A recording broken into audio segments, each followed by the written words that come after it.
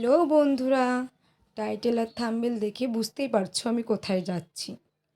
তো আমি রেডি হয়ে নিচ্ছি, একটু মুখে ফাউন্ডেশন লাগিয়ে নিলাম। তো সেইভাবে রেডি হচ্ছি না, কোনো রকম একটু মুখে মাখতে হয়, তাই রেডি হয়ে নিচ্ছি। তারপর একটু আইলাইনার পরে নিলাম। আইলাইনার দিয়ে আমি কাজল পরি সব সময়। তারপর একটু মাস্কারা দিলাম। তারপর দেখছিলাম যে কেমন লাগছে। বেশ ভালোই লাগছে। রেডি হয়ে রাস্তায় বেরিয়ে পড়লাম। হেঁটে হেঁটে স্টেশনের দিকে যাচ্ছি। গিয়ে দেখি বান্ধবী বসে আছে, বান্ধবী পার্স দেখছে, টাকা এনেছে কিনা মনে নেই।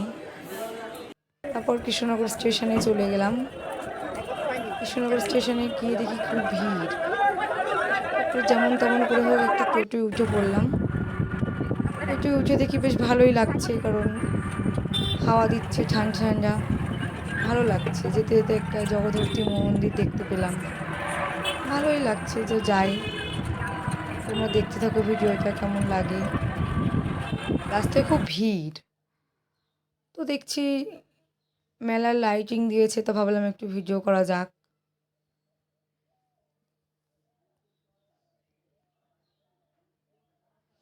তারপর মেলার কাছে বেশ চলে এলাম, তখন নেমে পড়ব।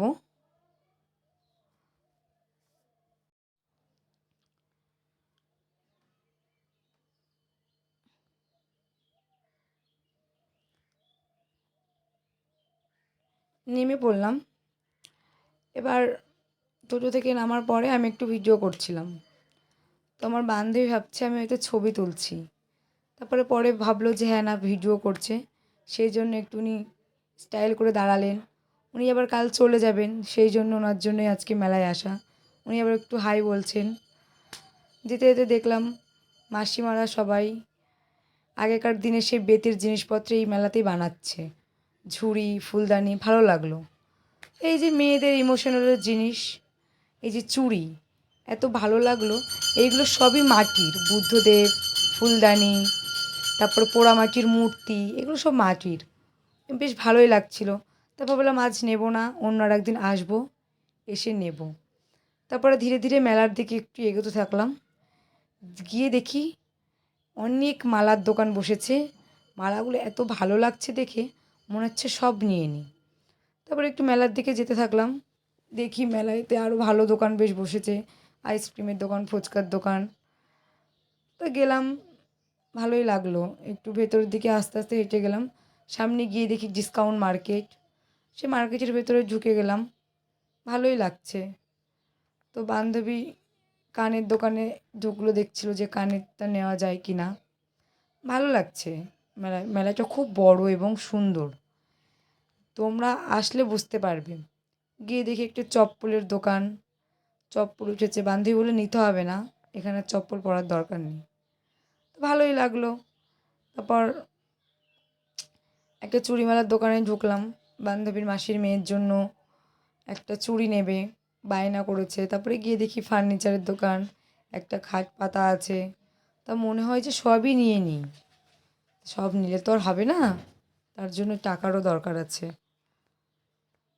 তা ঘুরে ঘুরে আবার একটা কানের দোকানের কাছে গেলাম। গিয়ে দেখি একটা বইয়ের দোকান বসেছে, বেশ ভালো লাগলো।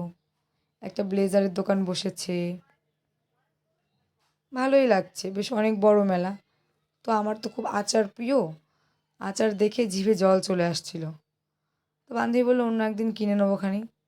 তারপরে একটা কাঁচের গ্লাস দেখছিলাম, বেশ ভালোই লাগছিল, কিন্তু একটু দামটা বেশি, তাই আর নেওয়া হলো না। তারপর আস্তে আস্তে একটা চুড়ির দোকানে চলে যাওয়া হলো। দেখলাম ভালোই লাগছে। তারপরে আবার গিয়ে দেখি যে ফুলদানি, বাহ, খুব সুন্দর, দামটাও সুন্দর অবশ্য, ভালোই লাগছিল। তা কিছু কেনা আর হয়নি। একটা কানের দুল আর একটা আংটি কিনে নিয়ে চলে এসেছি। তা ভালোই লাগলো। আবার সে কানের দোকানের কাছে ঘুরে ফিরে আসলাম। তা ঘুরতে ঘুরতে খুব জল তেষ্টা পেয়ে গেছিলো। এক দোকান থেকে একটা জল কিনে খেলাম, সেটা আর ভিডিওতে নেওয়া হয়নি। একটা কাকুর দোকানে গিয়েছিলাম। সেই কাকুটা বলছে ভালো করে ভিডিও করো যেন আমি ভাইরাল হই। আমি কাকুকে বললাম যে আমি ব্লগার নই, কাকু বললো ঠিক আছে, কোনো সমস্যা নেই, আস্তে আস্তে হয়ে যাবে। তা গিয়ে দেখি আবার বীরেন বসাকের দোকান। অনেক ভালো ভালো কানের বসেছে, বীরেন বসাক শাড়ি নিয়ে বসেছে। বেশ ভালোই হয়েছে মেলাটা। অনেক বড় তো, ভালো, বেশ ঘুরে শেষ করা যাবে না। তা বান্ধবী তার বোনের জন্য একটা ব্রেসলেট নিয়ে নিল। তা আমি আবার কানেরটা দেখছিলাম। দেখতে দেখতে আমার একটা শঙ্খের চুড়ি খুব পছন্দ হয়েছিল। তো সেই শঙ্খের চুড়িটা আমি আবার দেখছিলাম। তো হাতে নেওয়া হয়নি অবশ্য। তারপর পরে যখন আমি আবার ওই দোকানটায় গিয়েছিলাম, যাওয়ার পর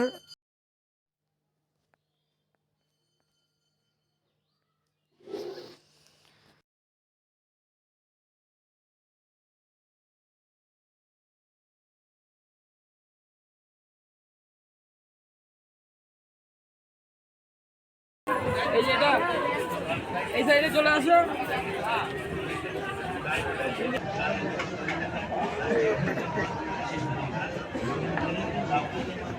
নামটা তুলে নেবে না, ফাইনাল হবে।